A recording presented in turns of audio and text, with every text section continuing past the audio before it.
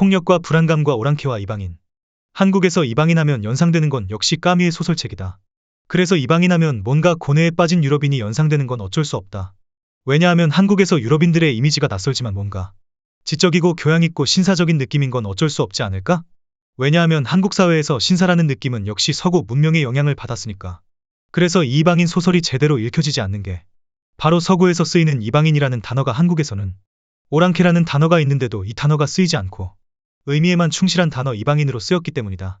그러니 과거 한국 사람들이 오랑캐를 어떻게 여겼고 오랑캐가 근대 한국사에서는 어떻게 변했는지 살펴보면 왜 폭력이 근절되지 않고 세대를 거듭해서 심화되는지 조금은 엿볼 수 있을 것 같다. 한국 역사는 오랫동안 농업국가였다. 농사를 지어본 사람은 알겠지만 퇴근 시간이 없는 노동집약 산업이다. 게다가 이 노동집약 산업 농업은 제철을 어기면 자비가 없는 악덕 기업 사장의 표본이 아닐 수 없다. 이유는 간단하다. 벼를 심고 기른 후 추수 때 거두어 들이려면 제철에 식물을 심고 벼가 잘 자라도록 병충과 잡초를 밤낮 없이 꾸준히 제거해야 하고 또 추수 때에도 제철에 추수 못하면 애써 기른 농작물을 다 버릴 수도 있다. 하지만 고진감래라고 자연에서의 노동환경은 가혹하지만 고생 끝에 낙이 온다고 그 대가는 확실했다. 문제는 내 가족 내 친족이 먹을 곡식만 심으면 많은 노동력을 필요로 하지 않는데 아시다시피 한 국가에 생산해야 하는 추수량은 한 가족 한 식구 분량이 아닌 잉여 생산물을 창출해야 하는 규모의 산업이었다. 그래서 한 국가와 백성이라 불리우는 가문들의 흥망성쇠는 다름 아닌 풍년이냐 흉년이냐에 달렸었다. 따라서 풍년은 국가의 왕뿐만 아닌 가족 구성원의 복이었다.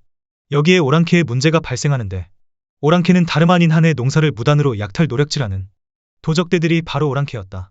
그래서 한국에서의 이방인 이꼬르 오랑캐는 도적대와 약탈자 무리였는데 이들은 땅을 일구고 사는 이른바 정상적인 사람들 범주 안에서는 사람의 탈을 쓴 짐승과 다를 바 없었다.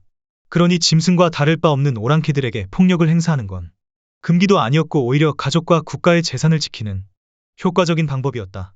오랑캐 족속들이 농사를 지어서 먹고 살면 굳이 폭력이라는 극단적인 방법을 쓰지 않아도 되는데 어째서 도적대들과 약탈자 오랑캐들은 끊임없이 수탈하는지 그 이유를 아는 것보다 시급한 건 한 해의 농산물을 지키는 일이었다.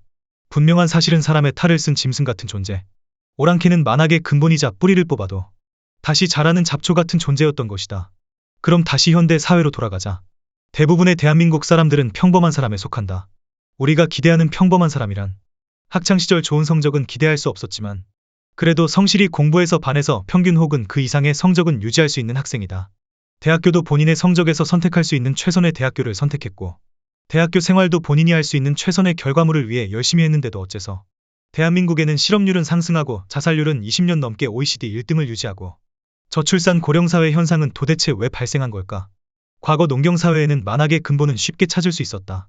하지만 현대사회에서 우리를 미쳐 날뛰게 하는 그 근본 원인은 다름 아닌 스트레스 즉 불안감인데 이 불안감의 원인은 대체 어디에서 비롯된 걸까? 사회일까? 아니면 내 문제일까? 아니면 나도 모르는 사이에 정체 모를 무언가의 시인 걸까? 과거 농경사회는 퇴근 없는 노동을 강요받았지만 오늘날 현대인들처럼 감정에 욱해서 폭력을 행사하는 묻지마 폭행이나 살인 같은 범죄를 저지르지 않았다. 과거 농경사회 사람들은 현대인들보다 고등교육을 받지 않았지만 불안감에 시달려 우울증에 걸리거나 심지어 고독사 당하는 일도 없었다. 이유는 단순하다. 우리가 아는 농사가 3D 업종에 속한 직종일지 몰라도 그건 자본주의 시장경제가 만든 프레임이지. 실제 농업은 자연에 따라 살면 만사형통이었다. 쉽게 말해 내가 지금 당장의 이익을 창출하고 싶다 해도 벼가 다 자라서 익을 때까지 기다려야 한다.